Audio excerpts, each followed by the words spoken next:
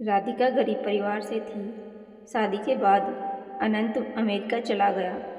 ससुराल वालों को नौकरानी मिल गई और वो 17 लोगों के लिए खाना बनाकर बेहाल हो जाती और बाकी सभी एसी लगाकर मज़े से सोते।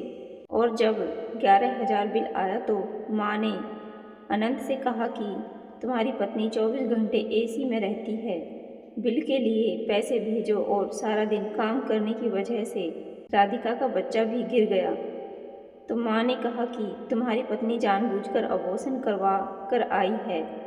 इतना सुनना था कि अनंत का दिमाग घूम गया और वो अगले दिन बिना बताए घर आ गया तो सामने का दृश्य देखकर उसके होश उड़ गए।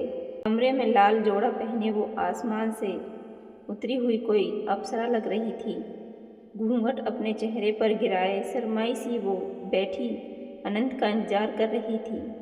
रात के 1 बज चुके थे और थकान से उसका बुरा हाल था। कमर जैसे अकड़ कर सख्त हो रही थी। तभी हल्की सी आवाज़ के साथ कमरे का दरवाज़ा खुला और अनंत अंदर आया। नई नवेली दुल्हन ब्याहकर लाने की खुशी अनंत के अंदाज से झलक रही थी। वो उसके पास आकर बैठा और नमस्ते किया। राधिका ने धीमे से उसके नमस्ते का जवाब दिया।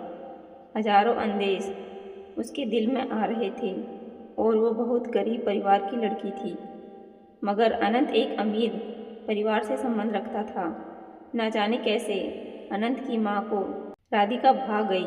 शायद उसकी वजह राधिका की सुंदरता और उसका सलीका था कि अनंत की माँ ने पहली ही नज़र में राधिका को अपने बेटे के लिए पसंद कर लिया। चट मंगनी पट ब्याह वाला काम हुआ और आज राधिका अनंत की दुल्हन बनी उसके सामने बैठी थी। अनंत मुस्कुराते हुए उसके हाथ में मुंह दिखाई की अंगूठी पहना रहा था। अनंत को यकीन नहीं आ रहा था कि किस्मत ऐसे भी पलट सकती है। वो जो कभी आर्टिफिशियल ज्वेलरी भी खरीदने की हैसियत ना रखती थी, आज उसके हाथों में हीरे की कीमती अंगूठी पहनाई जा रही थी। वो बस अनंत को देख कर रह गई। तभी वो एकदम चौंक गई। अनंत कह रहा था, देखो राधिका, तुम मेरी माँ की पसंद हो, मगर मैं जानता हूँ कि जल्द ही तुम अपने अच्छे व्यवहार से मेरे दिल में भी जगह बना लोगी। मैं तुम्हें बहुत प्यार दूंगा और तुम्हारी हर ज़रूरत का ख्याल रखूँगा, मगर उसके बदले में मैं तुम्हें सिर्फ एक बात कहता हूँ कि मेरे घर वालों की जी जान से सेवा करना और मेरी माँ के सामने कभी जुबान मत चलाना। उनका आदर करना। उन्होंने मुझे बहुत मुश्किलों से पाला है। राधिका मुस्कुरा दी। भला उसे क्या ऑब्जेक्शन हो सकता था? वो तो वैसे भी इन सब घर वालों को अपना मान चुकी थी। शादी का अगला दिन बहुत अच्छा गुजरा था। राधिका भी किस्मत के पलटने पर बहुत हैरान थी। वो कुछ दिन खुशी के झूले में झूलते हुए गुजरे और अनंत का जॉब पर वापस जाने का समय आ गया। वो अमेरिका में काम करता था और शादी की छुट्टी के सिलसिले में मुंबई आया हुआ था। राधिका बहुत उदास थी, मगर उसने दिल पर पत्थर रख लिया। उसने सोचा, अनंत चला जाएगा तो क्या हुआ, आखिर ये सब तो मेरे अपने हैं। अनंत की माँ का व्यवहार राधिका के साथ बहुत अच्छा था। वो बहुत प्यार से उससे बातें करती थी, मगर राधिका को एक चीज़ समझ नहीं आती थी कि जब भी अनंत कभी आसपास न होता तो उसकी सास उसे चुभती हुई नज़रों से घूरती रहती। राधिका को लगा कि ये उसका वहम है।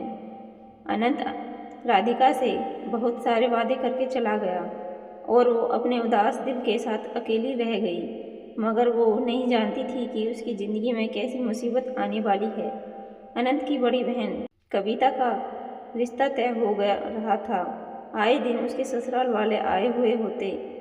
आज अनंत के जाने के बाद वो पहली बार आ रहे थे। सुबह राधिका भी अपने कमरे में सो रही थी जब अचानक जोरदार आवाज़ के साथ दरवाज़ा खुला। उठ जाओ मैडम, कब तक नींदें पूरी करनी हैं?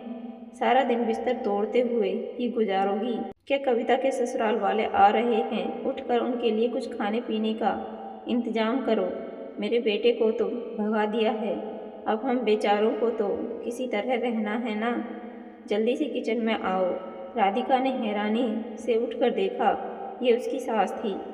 उसे उनके व्यवहार पर बहुत हैरत हुई, मगर उसने कुछ ना कहा। खामोशी से हाथ मुंह धोकर किचन में आ गई। अभी सुबह के 7 बजे थे। सास ने उसे सारे घर वालों के लिए नाश्ता बनाने का आदेश दे दिया। वो खामोशी से नाश्ता बनाने लगी। सब घर वाले तो अभी मज़े से सो रहे थे। उसने सबके लिए आलू की कचौड़ी बनाई, मटर पनीर की सब्जी बनाई और आलू का रायता बनाया, चाय बनाई और फिर जाकर देखा तो अभी तक सब के सब सो रहे थे।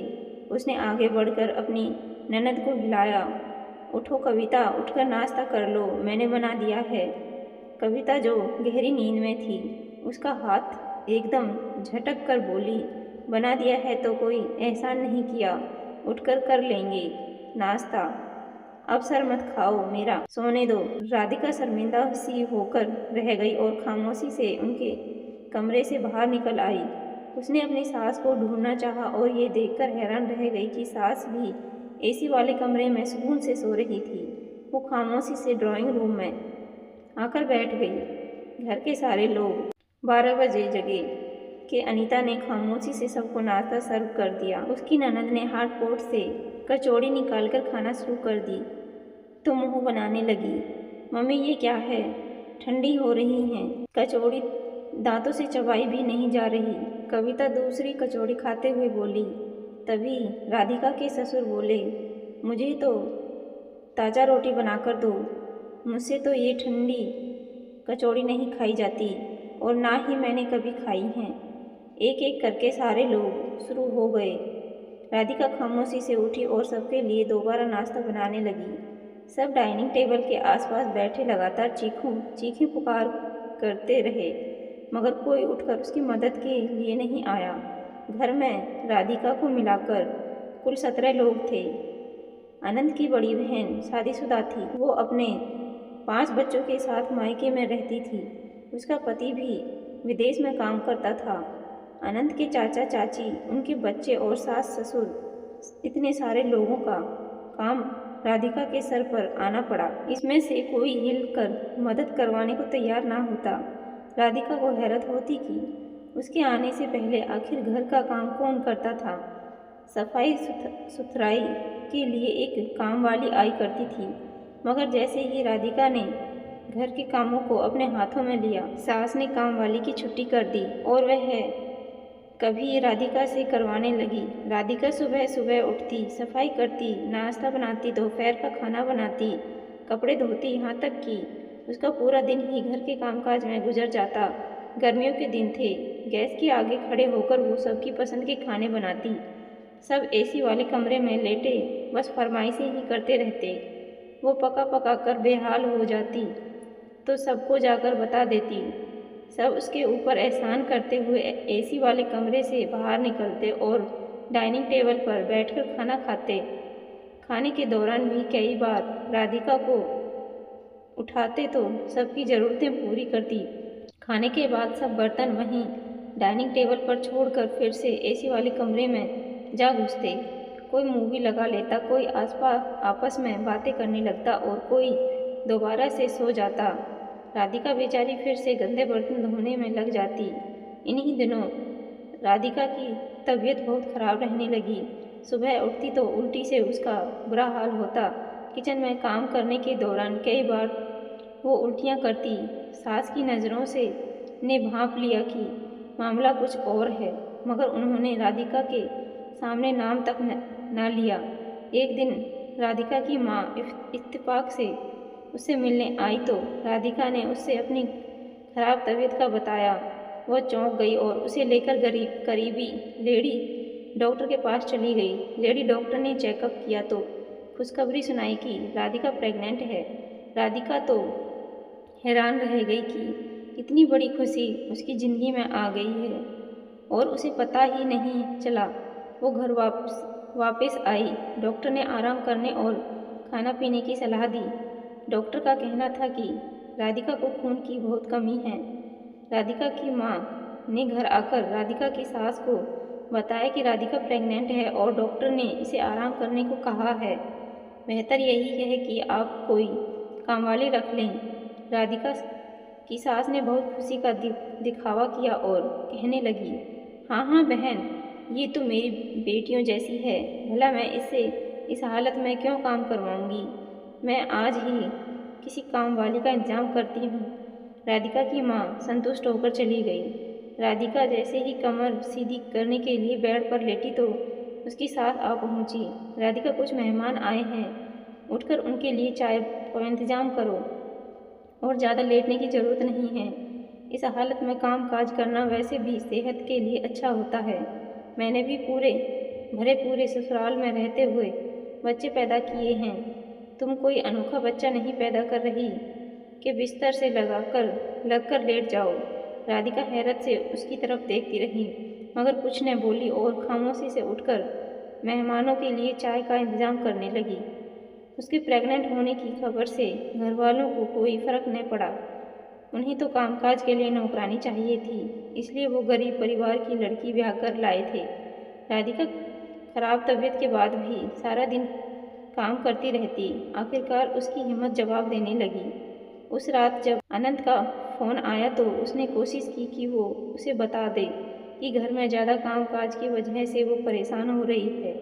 लेकिन जैसे ही उसने अनंत से ये कहा कि उसकी बहनें किचन में उसकी मदद नहीं करवाती, तो अनंत अचानक गुस्से में आ गया और कहने लगा, मैं इतनी दूर बैठा तुम सबके लिए दिन रात काम कर रहा हूँ और तुम लोगों के छोटी मोटी घरेलू बातें हर समय मुझे बता बता कर परेशान करती हो। मेरी बहनें आज हैं, कल को वो शादी होकर अपने घर चली जाएंगी। तुम अगर थोड़ा सा काम कर ही लेती हो तो इसमें बुराई ही क्या है। अनंत की बात पर राधिका हक्का बक्का रह गई। जिसे वो थोड़ा सा काम कह रहा था, इन कामों में वो सुबह 5 बजे से उठकर लेकर रात के 1 बजे तक बिजी रहती थी। उसने जान लिया कि अनंत से शिकायत करने का कोई फ़ायदा नहीं। सास और नंदों का व्यवहार बुरा से बुरा होता जा रहा था। वो तो बिल्कुल किसी नौकरानी की तरह उससे व्यवहार करते। राधिका को अब समझ आ रहा था कि गरीब परिवार से लड़की क्यों ब्याह कर लाए हैं। इन्हें सिर्फ घर के कामकाज के लिए एक नौकरानी चाहिए थी। राधिका कपड़े धोने के लिए मशीन लगाती तो सुबह से लेकर शाम हो जाती। अनंत की शादीशुदा बहन अपने बच्चों की छोटी छोटी निक्करें भी खुद ना धोती, वो भी लाकर राधिका को पकड़ा देती कि इन्हें धो दो। राधिका कपड़े धो धो कर थक जाती। मशीन बंद करके अंदर जाकर बैठती तो सास को याद आ जाता कि खाना तो किसी ने बनाया ही नहीं। राधिका को 1 मिनट भी बैठने ना देती और किचन में भेज देती। रात जिस समय थक हार कर वो अपने कमरे में जाती तो उसे एक जोड़ में दर्द महसूस हो रहा होता। इस दौरान उसे ख्याल ही ना रहता कि उसने अनंत से फ़ोन पर बात करनी है। फ़ोन उठाती तो अनंत की कई मिस कॉल्स आई हुई होती। वो उसे बैक कॉल करती तो वो फ़ोन उठाकर कहता, तुम क्या करती रहती हो पूरा दिन, तुम्हारे पास इतना भी टाइम नहीं होता। तुम 2 घड़ी मुझसे बात ही कर लो। मैं तुम्हारे आराम की खातिर ही यहाँ प्रदेश में रह रहा हूँ, मगर लगता है कि तुम्हें मुझ में कोई इंटरेस्ट ही नहीं है। वह गुस्से में राधिका को सुनाने लग जाता। राधिका दोनों तरफ से पिस रही थी। उसे लग रहा था कि शादी करके उसने कोई मुसीबत मोल ले ली है। पति के साथ ठीक ठाक समय ना गुजारने की वजह से इन दोनों के बीच बहुत फासला था। इसी फासले का राधिका की सास को फ़ायदा उठाती थी। अनंत को फ़ोन करके झूठी सच्ची बातें राधिका के खिलाफ करती, जिन्हें वो सच मान लेता।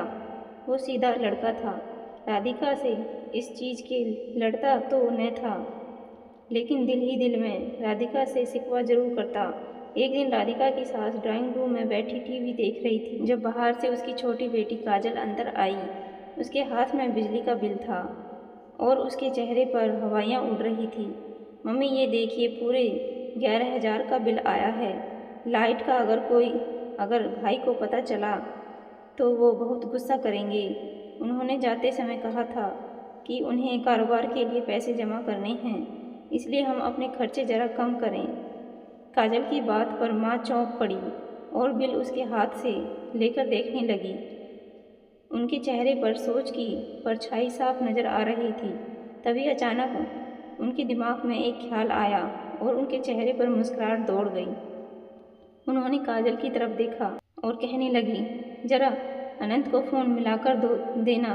काजल ने ना समझने वाले अंदाज में मोबाइल निकालकर अनंत को फ़ोन मिला दिया। जैसे ही अनंत ने फ़ोन उठाया, माँ शुरू हो गई, हाय मेरा मासूम बच्चा परदेश में दिन रात काम करके पैसा कमा रहा है, मगर तुम्हारी मेहनतों का कोई फल तुम्हें नहीं मिलता। मुझसे बड़ी गलती हो गई, मुझे माफ़ कर दो। मैं इसलिए गरीब घर की लड़की ब्याह कर लाई थी कि वो रुपये की कदर करेगी, मगर राधिका तो इतनी फिजूल खर्च है कि वो तो तुम्हें कंगाल करके छोड़ेगी। अनंत को कुछ समझ ना आ रहा था कि माँ क्या कह रही है। तभी उसने कहा, मम्मी क्या हुआ है, बताएं तो सही, क्या कर दिया राधिका ने। माँ ने मुस्कुराकर काजल को देखा और कहने लगी, करना क्या है बेटा, सारा दिन एसी चलाकर कमरे में पड़ी रहती है। अगर मैं कुछ कहती हूँ तो रोने लग जाती है कि मैं प्रेग्नेंट हूँ, मुझसे कोई काम नहीं होता और गर्मी ज़्यादा लगती है। उसकी हालत की वजह से मैं भी ज़्यादा सख्ती नहीं करती, मगर सच तो ये है कि दिन रात एसी चलाने की वजह से लाइट का बिल 11,000 आ गया है। तुम्हारे पापा के पास तो पैसे हैं नहीं, तुम ही को पैसे भेजने पड़ेंगे। बिल की पैसे सुनते ही अनंत के होश उड़कर रह गए, लेकिन वो अब क्या कर सकता था। उसने माँ को तसल्ली दी कि वो पैसे भेज देगा, मगर उसके दिल में राधिका के खिलाफ एक गांठ सी लग गई। अगले दिन जब सुबह सुबह घर में राधिका के सिवा सारे लोग सो रहे थे, तो बड़ी ननद के ससुराल वाले आ गए।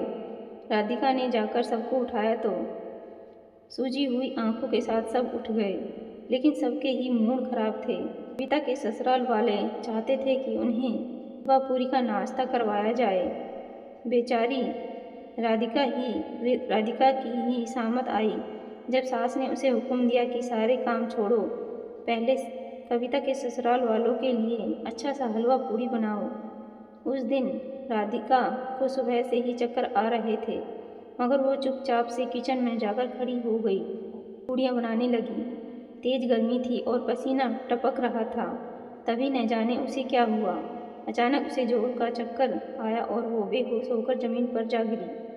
धड़ाम की आवाज़ सुनकर ड्राइंग रूम में बैठे हुए सब लोग किचन की तरफ दौड़े।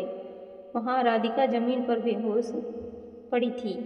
उसके आसपास खून का एक तालाब सा बना हुआ था। राधिका की सास के होश उड़ गए। उन्हें यकीन हो गया कि जब अनंत को पता चलेगा कि राधिका का बच्चा गिर गया है तो अनंत बहुत गुस्सा करेगा। उन्हें राधिका को अस्पताल ले जाने से ज़्यादा अपने झूठ के पकड़े जाने की चिंता थी। कविता की होने वाली सास ने शोर मचाकर राधिका को अस्पताल पहुंचा दिया। उसकी आंख खुली और उसे पता चला कि उसका बच्चा दुनिया में आने से पहले ही जा चुका है, तो उस पर दुख का पहाड़ टूट पड़ा। मगर वो नहीं जानती थी कि उसके खिलाफ एक और साजिश तैयार है। उसी शाम सास ने उसकी अस्पताल से छुट्टी करवा ली और उसे घर ले आई। राधिका के घर वाले आए तो राधिका ने उन्हें कोई बात न बताई, बल्कि उन्हें टाल दिया कि मैं सीढ़ियों से गिर गई थी, इसलिए बच्चा गिर गया। उसकी आंखें बार बार आंसुओं से भर जाती थी। घर वाले जा चुके थे। राधिका की सास ने एक बार फिर उससे चाय बनाने की फरमाइश कर दी, बगैर इस बात का एहसास किए कि अभी अभी वो अस्पताल से घर आई है। राधिका को बहुत दर्द था, मगर इसके बाद भी वो हिम्मत करके उठी और किचन में जा खड़ी हुई। वो जानती थी कि इस घर में कोई उसकी हैसियत नहीं है। उसका पति उसकी बात पर विश्वास नहीं करता और यहाँ जो लोग थे उन्हें बहू नहीं नौकरानी चाहिए थी। राधिका की सास ने अनंत को फ़ोन करके बता दिया था कि राधिका अभी बच्चा पैदा करना नहीं चाहती, इसलिए जाकर अबॉर्शन करवा आई है। अनंत का खून खोल उठा। उसका दिल चाहा अभी और इसी समय जाकर राधिका का गला घोट दे। उसके बगैर कुछ कहे फ़ोन रख दिया। राधिका की सास संतुष्ट हो गई कि अनंत को सच्चाई पता नहीं चली, मगर दूसरी तरफ अनंत ने अपना उसी दिन का टिकट करवा लिया था। सारे काम छोड़कर वो अगले दिन मुंबई आ पहुंचा। उसका इरादा था कि जाते ही राधिका को तलाक देकर अपनी ज़िंदगी से निकाल दूंगा, बगैर किसी को बताए। कड़कती हुई दोपहर में समय वो घर का दरवाज़ा खोलकर अंदर आया। खाना पकाने की खुशबू उसकी नाक से टकराई। इतनी तेज़ गर्मी में मेरी माँ बेचारी किचन में काम कर रही है और राधिका अंदर एसी वाले कमरे में आराम कर रही होगी। ये इस लायक ही नहीं है कि इसे अपनी ज़िंदगी में रखूं। आज ही इसे तलाक देकर घर से बाहर कर दूंगा। जिस औरत को मेरे घर वालों की इज्जत नहीं करनी उसे मेरी ज़िंदगी में रहने का कोई अधिकार नहीं। तेज गुस्से में ये सोचता हुआ अनंत जिस समय किचन में दाखिल हुआ तो उसके पैरों के नीचे से ज़मीन निकल गई। सामने ही राधिका खड़ी खाना पका रही थी, जिसने दोनों चूल्हों पर एक एक हांडी चढ़ा रखी थी। उसके कपड़े पसीने में भीगे हुए थे। उसे याद आया कि मम्मी ने उसे बताया था कि कल ही राधिका ने अपना अबॉर्शन करवाया है। अपनी मर्जी से अबॉर्शन के अगले ही दिन वो किचन में खड़ी होकर काम किस तरह कर रही थी। वो बार बार कमर पर हाथ रखती थी जैसे उसे बहुत दर्द था। कभी माथे से पसीना साफ करती। उसने एक तसले में बहुत सा आटा निकाल कर रखा हुआ था। शायद अभी उसे आटा गूंथना था। जरूर फिर रोटी भी बनानी होंगी। अनंत को किसी गड़बड़ का एहसास हुआ। वो अक्लमंद लड़का था। बगैर कोई आहट किए वो अंदर चला गया। अंदर पूरे घर में खामोशी थी। इधर उधर नजरें दौड़ाता हुआ वो आगे बढ़ा। घर के बड़े कमरे में 2 टन का एसी लगा हुआ था। अनंत ने धीरे से कमरे का दरवाज़ा खोला। अंदर हल्का अंधेरा था। घर के सारे लोग इस बड़े कमरे में सो रहे थे। तभी राधिका की सास को लगा कि राधिका दरवाज़ा खोलकर अंदर आई है। उन्होंने पलटे बगैर ही जोर से आवाज़ लगाई कि आ गई मैडम साहिबा। खाना पकाकर कितनी बार कहा है कि जब खाना तैयार हो जाया करे तब आवाज़ लगाया करो। मेरी बेटियों की नींद खराब होती है, लेकिन तुम हो के सुनती ही नहीं। अगर मैं कुछ कहूँगी तो तुम शोर मचा दोगी कि कल ही मेरा बच्चा गिरा है और आज सास ने काम पर लगा दिया। तो मैडम सुन लो कि तुम्हें ब्याह कर ही मैं इसलिए लाई हूँ कि तुमसे घर के कामकाज करवाऊँ, वरना मुझे तुम जैसी गरीब लड़की की कोई ज़रूरत नहीं थी। मेरे बेटे के लिए एक से बढ़कर एक ऊंचे परिवार के रिश्ते मौजूद थे। अब जाओ और जाकर खाना पकाओ और इसके बाद घर की सफाई भी कर लेना। रात को कविता के ससुराल वालों को आना है। उनके लिए कम से कम 4-5 डिशेस बना लेना। पिछली बार की तरह 2 खाने बनाकर सामने मत रख देना। राधिका की सास अपने ही ख्याल में बोलती चली गई। ये जाने बगैर कि दरवाजे पर अनंत खड़ा है। अनंत के ऊपर तो जैसे पहाड़ ही टूट पड़े थे। राधिका की सास कहकर दोबारा से सो गई। अनंत ने नज़र दौड़ाई। घर के सब लोग लेटे हुए थे। सिर्फ एक राधिका ही थी जो इस चिलचिलाती हुई गर्मी में किचन में थी। वो जान गया था कि उसकी गैर मौजूदगी में उसकी पत्नी के साथ क्या व्यवहार किया जाता है। वो शर्मिंदा होता हुआ चुपचाप पलट गया। किचन में राधिका अभी तक खाना पका रही थी। अनंत ने उसके पास जाकर देखा तो वो पसीने से भीगी हुई थी और धीरे धीरे कांप रही थी।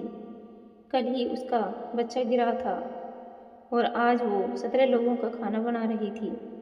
अनंत का दिल इस अत्याचार पर दुखी होकर रह गया। उसने राधिका को पुकारा। उसकी आंखें आंसुओं से भीगी हुई थी। अनंत ने बगैर कुछ कहे उसके सामने हाथ जोड़ दिए। मुझे माफ़ कर दो राधिका, मेरी आंखों पर पट्टी बंधी उतर गई है। उसने राधिका का हाथ पकड़ा और रूम में ले गया। माँ ने जब अनंत को अचानक देखा तो बौखला गई। जल्दी से उठकर उसके पास आई और बोली, बेटा तुम कब और कैसे आए? अचानक बताया भी नहीं। अनंत बोला, मम्मी आपने मेरी पत्नी के साथ अच्छा नहीं किया।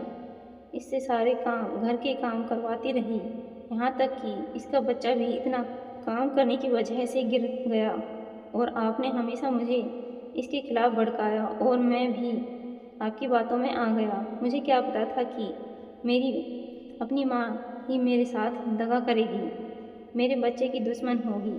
माँ से तो कुछ बोला ही नहीं गया क्योंकि वो जान गई थी कि अनंत ने अपनी आंखों से सब देख लिया है, अब झूठ बोलना बेकार था। अनंत राधिका से बोला, अपनी तैयारी कर लो, तुम अब यहाँ नहीं रहोगी बल्कि मेरे साथ चलोगी। राधिका रो रही थी, उसके आंसू साफ करता हुआ अनंत कह रहा था और राधिका को यकीन नहीं आ रहा था कि किस्मत इस तरह भी मेहरबान हो सकती है। अनंत उसी शाम राधिका को लेकर किराए के घर में गया और सास और बाकी घर वाले अपना अपना सा मुँह लेकर रह गए। दोस्तों, कहानी कैसी लगी? कहानी अच्छी लगी तो कमेंट में ज़रूर बताएं और वीडियो को एक लाइक और चैनल को सब्सक्राइब ज़रूर करें। धन्यवाद।